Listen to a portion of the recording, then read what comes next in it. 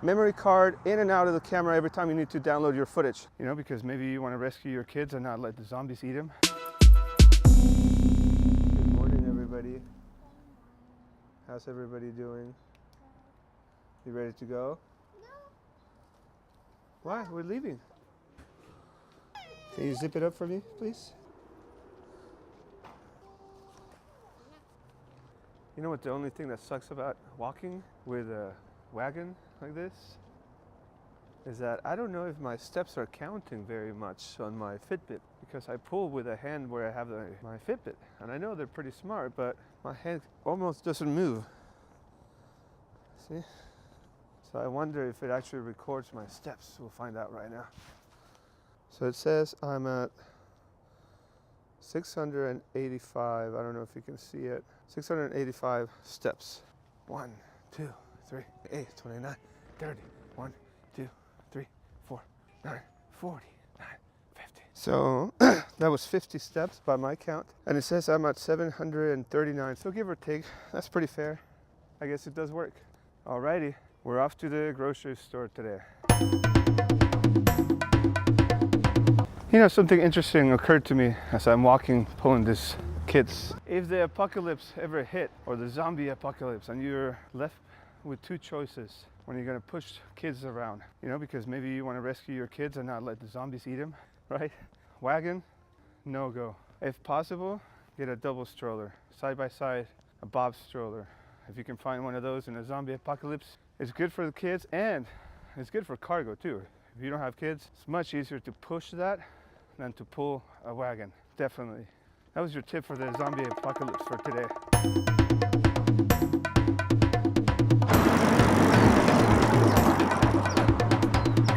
All right, so Sasha, I'm not sure how you pronounce your name. Please correct me if I'm wrong. You posted about me teaching you guys some stuff. So, you know, keep in mind, I'm not a big YouTuber, even though I do this for a living for other people. So I can tell you how to do things, and then you have to try to do it yourself. Maybe in a future video, I will give you a good number of resources of actual YouTuber advice channels. There's some really good ones I follow. So one of the things I always recommend to people is, first, start recording with what you have. I already mentioned that before. If you have an iPhone, if you have an Android phone, make some space on it, and that's how you can start recording. Make sure you clean the lens, guys. I've seen a few of you that have some, I think there's just dirty lenses. So make sure you wipe it down before you start recording each time, especially if you're using a phone as opposed to a camera, because the phone, you know, it's in your pocket, you're handling with your hands. Make sure you clean it up. Also, make sure you have a quiet environment. The sound, the best sound that you can get, the better. Now, I have to stop for this one. If you're holding your phone, this is the wrong way to do it. Don't hold it like this. Don't try to record like this, because your arm here has no 3 points. It's just one thing, so it's going to be shaky, wavy. The best way to hold your phone when you're going to record something that's moving, or you want to be creating like a moving scene. Let me see if I can do it here. Show you. You're going to record through the back camera. Okay. Always try to do that if you can. It's better. Stop moving, guys. So you're going to hold your phone, hit record. Put this close to your elbow close to your body like this. And use your whole body like a steady cam. So you're gonna go from left to right, and you're gonna get a pretty steady shot. And if you're holding something, recording an event, you just hold it like this. Don't try to do this and get close and all this, because it's gonna be shaky. It's always shaky, and after a minute or two, you start shaking. See, just like that. If you're holding it like this, then it's a lot steadier. And then you can switch to the other hand if you need to pan around the other way. All right? So that's a pretty good tip. Here's another tip. If you are using a camera like I am, you know, a separate camera from your phone, then chances are you're going to be taking the memory card in and out of the camera every time you need to download your footage. At the same time, you should charge your battery. I talked about that in a previous email when I talked about housekeeping routines, okay? But here's the trick. It used to happen to me a lot. I would take the battery out or the SD card, and then close the camera, put it to the side. Next time I ran out of the office, I would just pick up my camera and go. And more than a few times, I would find that my camera was missing the SD card or the battery. A way to avoid that problem is, of course, to leave the door for the battery and the door for the SD card open. when you're unloading your footage and you're charging your battery, leave the doors, the opening doors in the camera, leave them open so that when you pick it up, you see that it's not complete and you won't forget to take that stuff. Hello. That way you won't ever have that issue where you go to take some video and you get to your location and you forgot your SD card. You don't want that to happen. Another tip, and this is more about what we call post-production. Post-production is the part, after you shot the video that you wanted, now you're at home and you're going to make a vlog out of it or a movie.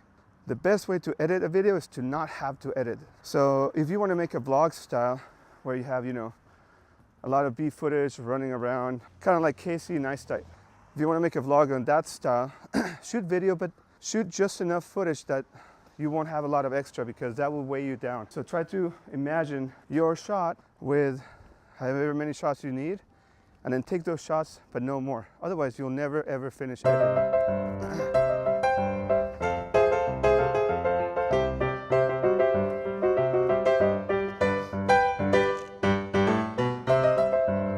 You just climb up. You gonna go up too? Okay, be careful.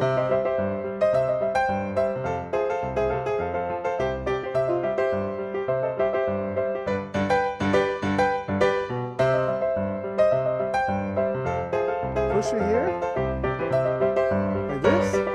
This is not a swing. Keep your legs up, okay? All right, guys, so those are a few tips. Here's another tip. Don't over edit. Don't spend too much time editing. When you're first starting out, focus on getting the basics of using your editing software. How do you cut? How do you add a music? How do you add text? You're gonna make the mistakes that everybody makes at first, and you need to make those mistakes before you can get it right. So don't be afraid to try things, but don't spend too much trying new things. Try one thing at a time and see how it works. Here's some mistakes that every newbie makes. Trying out a bunch of different transitions on the same video. So you make four videos, 1 minute that's 4 minutes long, one video that's 4 minutes long, and you put in 4 transitions and they're all different, and you have the checker pattern, the wavy pattern, and X out, all kinds of things. Don't do that. Stick to one. Another thing that you may want to do is create a logo intro screen and then one for the exit. I'll explain more about the exit labels at the end that you can use on YouTube for people to click on. You can look at the end of this video and see how I did it. You also may want to pick a jingle. A jingle is just a little sound that makes you different than the other videos. For example, you'll see that I have usually between 10 to 30 seconds of quick fire footage at the beginning, and then a quick jingle and my logo. I used to have a long intro. People don't like it. And then I used to have a shorter intro, but people still don't like it. So now I start with a video, and then I give my quick name without a long fanfare and celebration or whatever. It's about 3 seconds or less. And then I go right into my video, whatever it may be. So you could try an intro, you could try kind of like the teaser, and then like the logo like I have. Those are different things that you may try. As far as equipment goes, I'll expand on this, but for the audio, I'm using my H1 Zoom, which I have a link for down below, along with a giant squid. The giant squid is a mic that is plugged into this. Then I can just set the levels and test. I don't think you can see, but my levels of me speaking show right there, so I can see whether I need to turn it up or down. And basically, I keep that at a level where I am always around the same level, even if there's something outside and I need to speak up, like there's traffic or something, then I'll use a different level there. That's why I like it. In my previous video, the one I talked about the rules, I had some issues with the audio because I forgot to set the audio. Oh, that one's too big for you, buddy.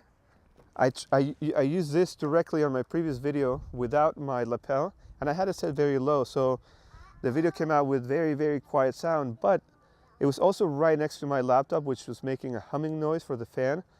So the audio didn't come out properly because I didn't set my levels correctly. So that's one downside with having to use, or when you use an external recorder like this, you have to pay attention to those kind of things because they may be different from one room to another, from one room to outside, or even outside, the levels could be different. I just turned it up because it was a lot louder here than it is somewhere else. Hopefully you can hear me okay. You don't need this. This is extra if you're going to be driving, for example, if you're going to be talking in a public area where there's a lot of people, places like that. The other thing that I can't show you because I don't have a way to show you is I'm using a Gorilla Pod tripod. Maybe I'll show you one leg. Yeah, here you go. It's very blurry. But I have this Gorilla Pod where I can use to hold my camera, and it gives me about 9 to 10 inches of space between my face and my arm, you know, in addition to my arm, so I can sit comfortably and record a selfie style video. But I can also set it up like a tripod, and it's very short, but I can set it up like on a ledge like this, and it's flexible. So you see, I can set it up and talk like this. I can wrap it around a tree or something if I need to. So it's very versatile and lets me do all kinds of things. I highly recommend it. As far as other tips go, make sure you charge all of your stuff pretty regularly. It's, this guy needs my help. Hey, what are you doing, buddy? Put the other leg over here. Do this one or this one? Whichever one you want. Come on, let's go down. Hey guys, so that's it. That's it for the tips for today. I'll be happy to expand on any of those, and I'll probably will over the next few videos. I have a lot of things to talk about, so just give me time. I've been dealing with a 90-day video challenge. A lot of questions. We got a lot of people that would have been disqualified, so I think I'm going to give everybody a grace period of 5 days. I'm going to announce it on the blog or post it on the Facebook group and send an email about it. Talk to you soon. Bye.